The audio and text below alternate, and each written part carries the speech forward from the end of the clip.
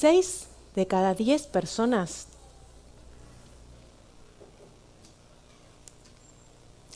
están sufriendo en este momento ansiedad, angustia, pánico, trastornos gastrointestinales y cardiovasculares, todo a raíz de la misma causa.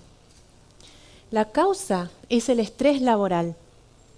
Y quiero contarles hoy que yo conozco una forma, al menos una fórmula, para minimizar este estrago. Pasamos mucho tiempo ganándonos la vida, pero no es suficiente viviéndola. Esta frase de la Madre Teresa de Calcuta refleja la relación que hemos establecido entre felicidad y trabajo. Es que hemos puesto en categorías muy distintas, opuestas, diría yo, a la felicidad respecto del trabajo. Tal vez sea por el origen etimológico de las palabras. Trabajo proviene del latín tripalium, que significa 3 palos, un antiguo elemento de tortura. De manera que tripaliare, trabajar, significa infligir sufrimiento. Mientras que felicidad proviene del latín felix, que significa fecundo, afortunado. Paradójicamente, el origen de mi inquietud y de mi interés en relación a la felicidad proviene de una situación muy desafortunada. Fue a partir de la pérdida de una hermana, cuando yo tenía 9 años. Fueron entonces, siendo yo niña, mis padres quienes con una interés admirable me demostraron que por más que iban a llevar este dolor incrustado en sus corazones por el resto de sus vidas, esta circunstancia ni ninguna otra iba a impedirnos ser felices. Entendí entonces que se puede ser feliz a pesar de la más dura de las tristezas. Entendí que felicidad no es alegría, que la alegría es una emoción opuesta a la tristeza, pero que la felicidad es otra cosa. La felicidad es una condición humana. Es una condición humana que se elige, se cultiva y se defiende. Y yo desde ese momento me dispuse a saber cómo. ¿Cómo iba a poder hacer para aprender a cultivar la felicidad? Pasaron los años y me decidí a estudiar psicología.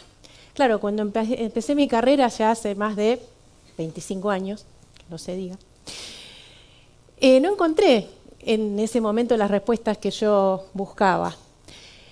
Yo estaba curiosa e inquieta respecto de la salud, del bienestar, de la felicidad, y la ciencia estaba enfocada en el trastorno, en la patología, en el problema. De hecho, en la temática que a mí me interesaba, tenía que ver con la enfermedad que se producía a partir de la incompatibilidad entre la felicidad y el trabajo. La ciencia llevaba ya un siglo enfocada en esto. De hecho, ya a principios del siglo XX se había definido al estrés. Se lo había definido como el síndrome de estar enfermo. Ya para los albores del siglo XXI, a mí me resultaba impostergable empezar a estudiar el síndrome de estar sanos. Fue entonces que continué estudiando y recién en los aportes de los últimos 10 a 15 años fue que trajeron nuevas perspectivas. La psicología de estos últimos tiempos empezó a estudiar científicamente el bienestar. Se comenzó a conocer acerca de la ciencia de la felicidad. Cuando yo conocí acerca de esto, encontré a una autora, Sonia Lyubomirsky, que es una referente en este tema, que afirmó a través de sus investigaciones y de sus estudios que en las circunstancias, como la muerte de un ser querido, por ejemplo, inciden solamente un 10% en nuestra evaluación final sobre cuán felices somos, mientras que lo que impacta hasta un 40% en nuestras posibilidades de ser felices es lo que conseguimos intencionalmente. Cuando me enteré de esto, me dije, encontré la solución a lo que yo estaba buscando. Claro, de hecho, la posibilidad de trabajar con intención, la posibilidad de trabajar con un propósito, me abría la puerta a trabajar en la forma de cultivar la felicidad a través del trabajo. Fue entonces que decidí avanzar con esta línea. Y tuve muchos altibajos. Hubo gente que me decía, ¿cómo? Esto de trabajar y que te pueda generar felicidad. De hecho, sí, me propuse a trabajar en la fórmula para encontrar un propósito. Si trabajamos con un propósito, podemos ser más felices en nuestro trabajo. La fórmula que yo encontré tiene que ver con integrar 3 elementos: nuestras preferencias, nuestra identidad y nuestros valores, la importancia de lo que hacemos. Requiere de un proceso de reflexión profundo, activo. Obviamente que a los fines de resumir, se podría sintetizar en responder 3 preguntas.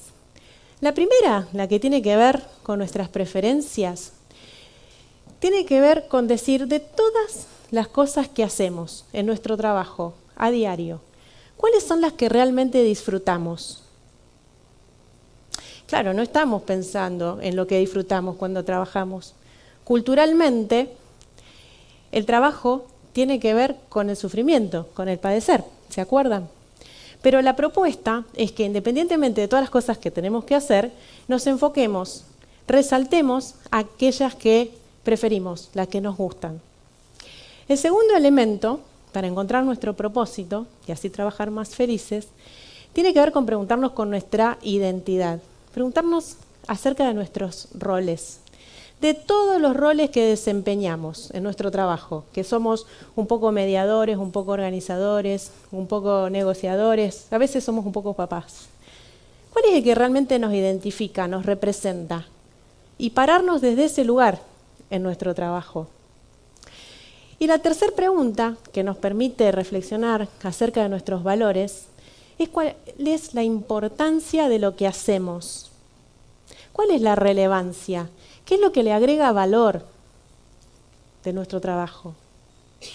Con estos 3 elementos, nuestras preferencias, nuestra identidad y nuestros valores, construimos nuestro propósito. Y trabajar con un propósito disminuye considerablemente el estrés, porque los estudios demuestran que el estrés se correlaciona con la insatisfacción. Y la insatisfacción con el hecho de no saber o no tener conscientes, presentes, para qué hacemos lo que hacemos. ¿Cuál es el sentido? ¿Cuál es el propósito de lo que hacemos?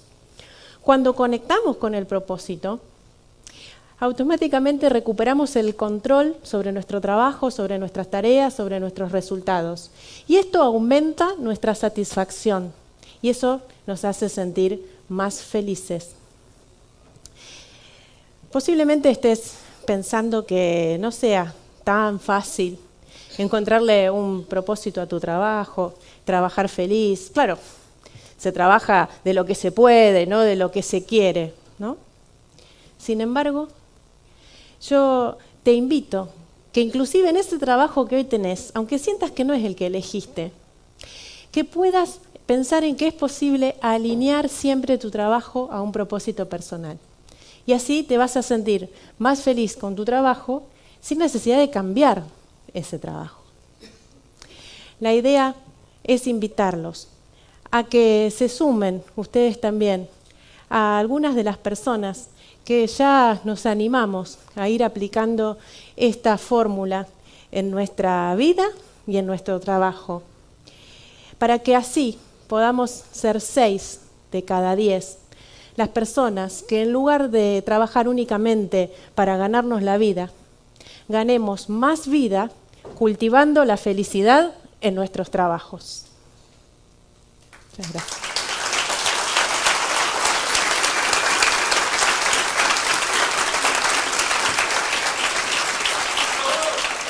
Muchas gracias.